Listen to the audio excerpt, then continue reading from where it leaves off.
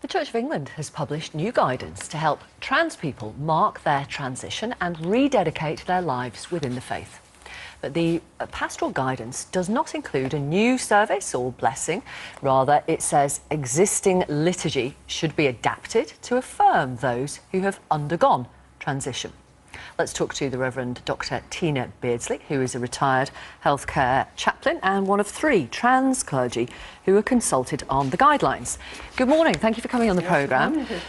So as a result of drawing up these new guidelines, what practical changes will people see in the Church of England?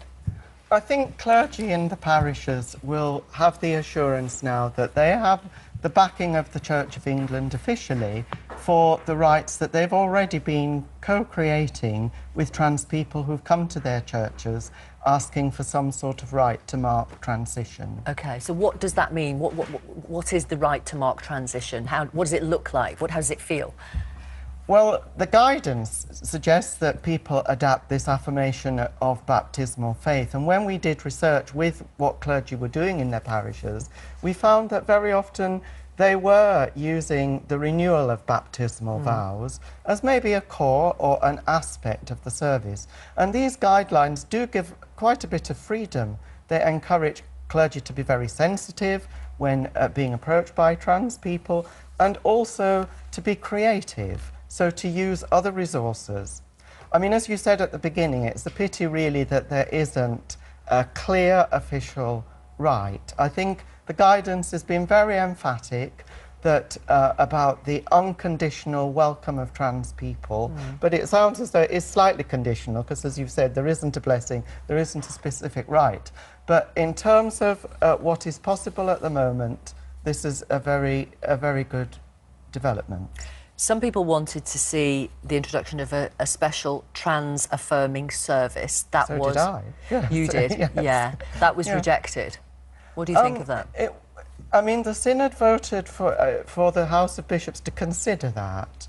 And I think there are theological reasons we've been told why that's not appropriate. I think we've made... Did you buy that? I think there could have been more consultation at that stage. That would have been really helpful. But in terms of producing this guidance, as you've said, there has been the consultation, and we have talked to parish clergy and trans people directly affected. And what do you say to members of the Church of England Church who say gender is assigned by God at birth and should not be changed? I say I love you within the body of Christ, but in terms of the science, in terms of our experience, that is not how it is. There is variety in nature, there's variety amongst human beings.